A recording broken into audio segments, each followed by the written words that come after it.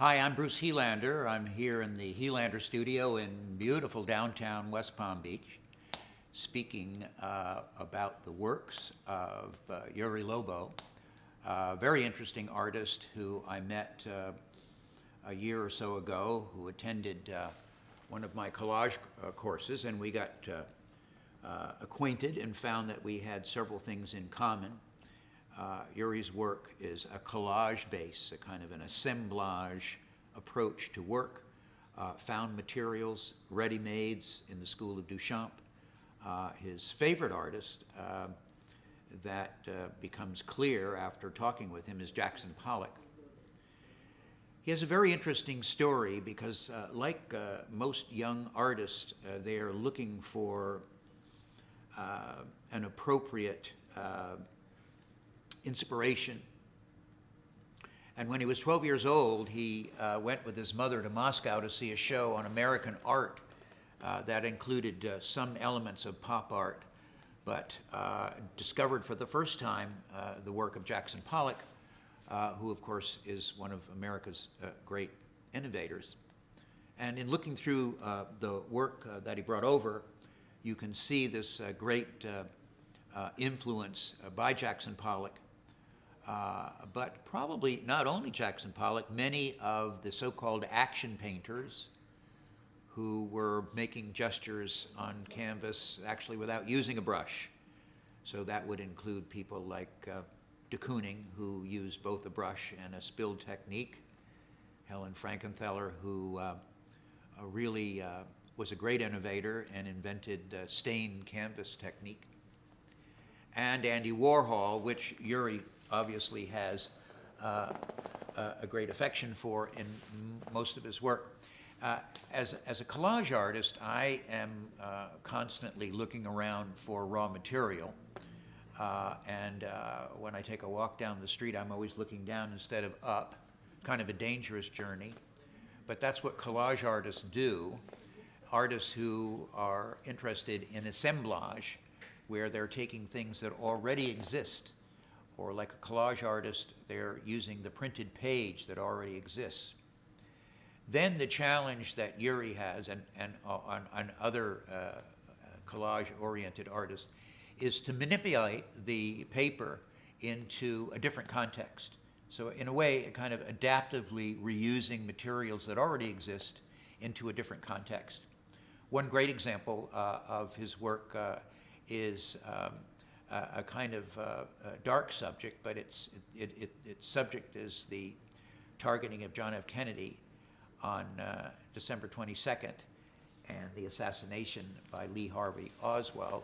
So in one of the pictures, he has found an original vintage front page of the assassin, but incorporated that as the background, and then throughout the picture is painted with red, symbolic of blood, and in black, which is a kind of a mourning sadness. Certainly on that day and many days, most Americans were in tears. John F. Kennedy was a highly respected president and certainly would have enjoyed a second term. But I think that part of the works that you see, like this kind of symbolism of this assassination, is that there is a feeling in Yuri's work that is very emotional. And Jackson Pollock also would say that part of the aesthetic merits of his work was the emotional energy that he poured into it. And I think when you look back at an artist and you see what Yuri has accomplished and the kind of style that he's come up with, he does utilize this sort of innate artistic energy as kind of a DNA in a way. And he puts it together almost like a kind of a fancy tossed salad with different ingredients, mixes that up. And I'm not sure that he puts blue cheese dressing on it, but he certainly might cover his paintings with some kind of coating. Pictures are full of energy and they are idiosyncratic. That is, they have a signature to them that are recognizable.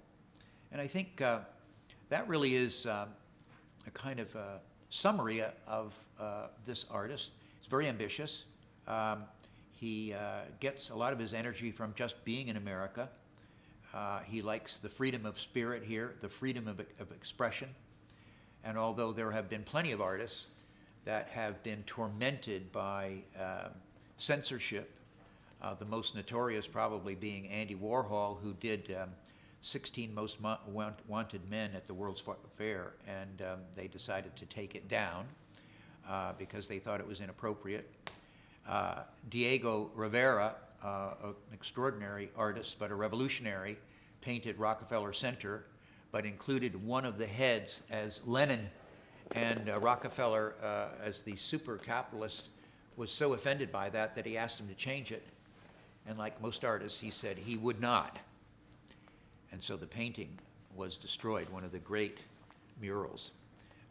Artists have to find a way to manipulate through a course of decision-making where they can add controversy, they can add risk. There's a famous quote by Evel Knievel that said, where there's no risk, there's no reward. And I think that you find that Yuri's challenge is trying to find the reward in a delicate balance between found material, between assemblage, between abstract expressionist works. And he kind of combines all those together for a very interesting twist, very energetic paintings.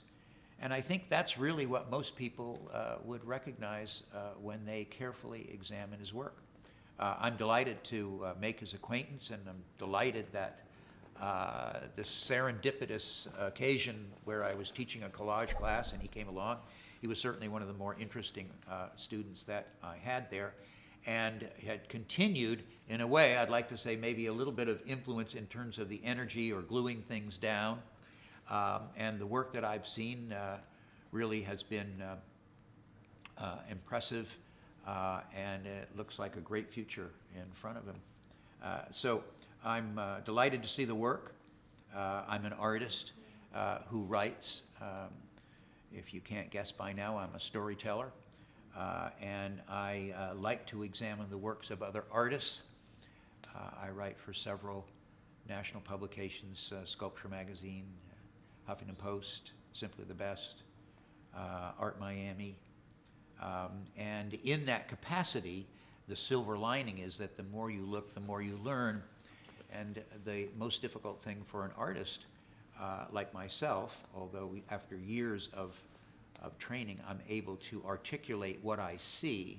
And it's important for an artist to be able to say, this is what I do and why, so that other people can get the same sense of perspective and accuracy of what the artist intends. So for me, as a critic, as an artist, as a curator, as a collector, a collage artist, assemblage person, I think that Yuri has a very interesting viewpoint, and if ambition is a value, and it certainly is, he has the ambition, he has the natural talent, and he has the ability to stick with what he's doing. And I think it's going to be interesting to see how his work progresses and matures. He's certainly on his way.